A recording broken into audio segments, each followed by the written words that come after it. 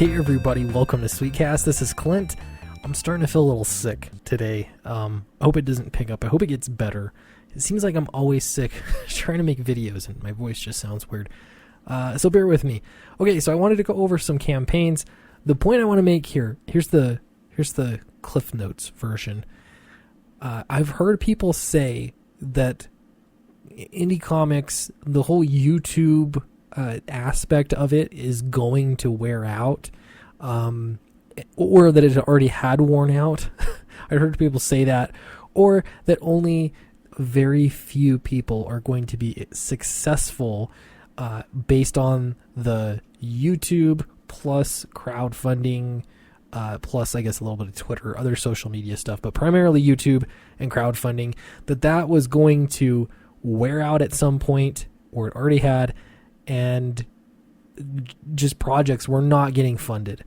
Now, something to note is that we're getting into crowdfunding season. I think it starts around March that things get a little bit better, and then it goes all the way through October, and I think it kind of dies down a little bit toward the end of November.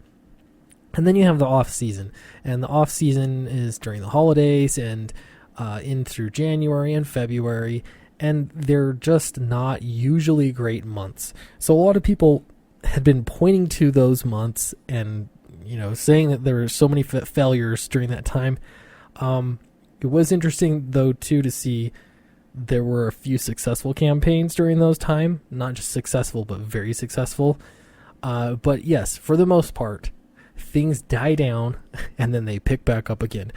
This is cool because this would be, I think, really the second season of crowdfunding within Comicsgate or surrounding Comicsgate or just the YouTube comics culture. You get the idea. So these are examples, 3 examples. Man, if you just look at the trending list even, you'll probably recognize a whole bunch of campaigns that have been doing phenomenally. I'm just going to start right now. We'll just start about here in the middle of the page. Shinobi Sasquatch, book 1. There's one. I know they're at the end of the campaign, 2 days left. $21,000. I suspect they'll get a bump right at the end, and it wouldn't surprise me if they got about $25,000. I don't know if they're going in demand or not, but ending off at $25,000 is pretty great. So I would guess it's somewhere around there is where that campaign will land. That's extremely successful in the world of comics and crowdfunding. Lone Star, $130,000. This is Mike's, I think, actually his 3rd time. Not for Lone Star, but he did that other campaign. I forget the Jaws, the Meg. That's it, the Meg. But this is his 2nd Lone Star book, and he's already at $130,000. Earthworm Jim, $214,000. Those are heavy hitters. Now, here are 3 brand new ones that just came in this week. We're talking Gunship Thunder Punch. This one was by Brian Shearer, yeah. And he launched this on Monday, just Monday. He's already got, at the time I'm recording this, $13,000. That is still within its, major bump time. It'll probably level off in the next day or 2. I'm just going by what most campaigns do. The first 2 to 3 days are pretty nuts. Things seem to calm down, and then by the weekend they sort of level off, and then you'll see a little bit of a bump toward the end.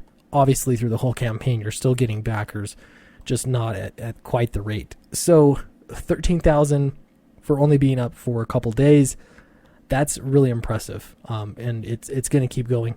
This is we're looking at probably a $30,000 campaign unless something really changes, but $30,000 for a campaign, again, that is phenomenal. That's really, really good, especially because I think this is, well, let's take a look at it. Brian Shearer, I think this is his first crowdfunding campaign. Yes, 1 campaign. So he's done the first campaign. His YouTube channel is relatively small, but he does make appearances on all sorts of YouTube channels. He also has a, professional career as an artist under his belt, and that no doubt helps. Some people complain and they say that you have to be an artist, an established professional, in order to have a successful campaign, especially with a smaller social media following. This is one example where, he is an established pro. He's done Transformers and G.I. Joes, but this is his first, crowdfunder for himself. Now, this one right here, Monster MD, this absolutely goes against that. This just launched today, so I'm recording this, Wednesday night. Monster MD launched, and this is, he's relatively a new up-and-comer to comics, Von Klaus. I've had him on my streams before, probably 2 or 3 times. This is really impressive for launching today. He's already, well past funded, $7,500, and it's going to keep climbing. The art looks good, the book looks good, and that you're going to notice that's a trend. The ones that we've gone over today, they look really, really good. They look professional. All of this is important because you can't just rely on, again, the marketing strategy of having a YouTube channel, getting to know your audience, that kind of thing, and sort of going away from the mainstream. You can't just rely on that. You also have to bring a quality product. After all, that's what consumers want. They want a quality product. So all these are great examples of, good campaigns are put together well. The art looks really good. The story sounds interesting on all of these. And I'm going to add one more thing. That is mass appeal. That seems to be overlooked quite often with crowdfunding. There seems to be, not crowdfunding, all comics in general. There are so many small niches in comics. It seems like Image Comics, maybe I'm wrong, they really harnessed this niche comic book thing, and you get some really obscure titles.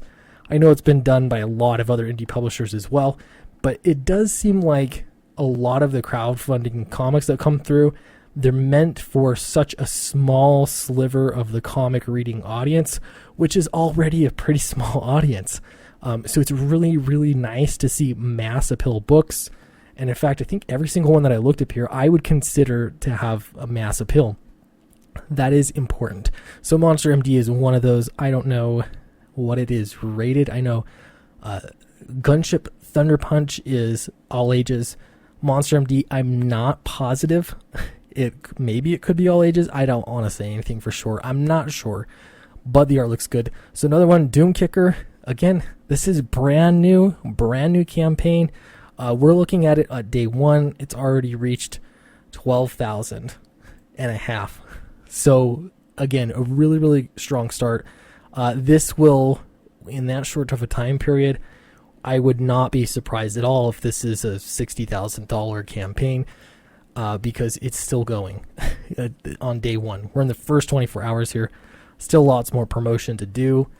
This is by Elliot Fernandez. Again, this is an accomplished artist that does a lot. He has his own YouTube presence. You'll see this is his second campaign. His first one, I believe, was for his art book, and so this would be his first straightforward comic book campaign. But he's around. He has social media following. He also is, I think the biggest thing is just being known, whether it's on your own YouTube channel, other channels, whatever it might be, just engaging in the community, talking to people, and showing off your art, especially if you're an artist. So this looks really great. Needless to say, Elliot Fernandez is a fantastic artist. I believe that this has mass appeal. And, he is, I'm not sure exactly. I tried to read through this a little bit. Doug TenNapel has, he's a co-creator on this project. They work together. They're partners. I'm not sure in what capacity. I'm guessing as a writer. That would be my guess. But Elliot Fernandez's name is first.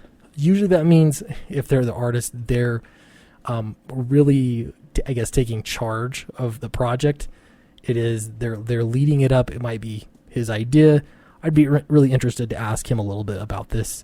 But pages look good. He's got original art as well, and that's something else I've noticed with these campaigns that make a lot of money.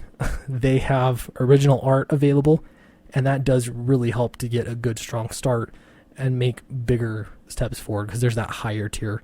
Though it looked like there were only 2 so far that have been that were bought. But yeah, so far, so good. These are some great examples of campaigns that are still doing well. I'm just looking at the signed comic book here. This is basic level stuff.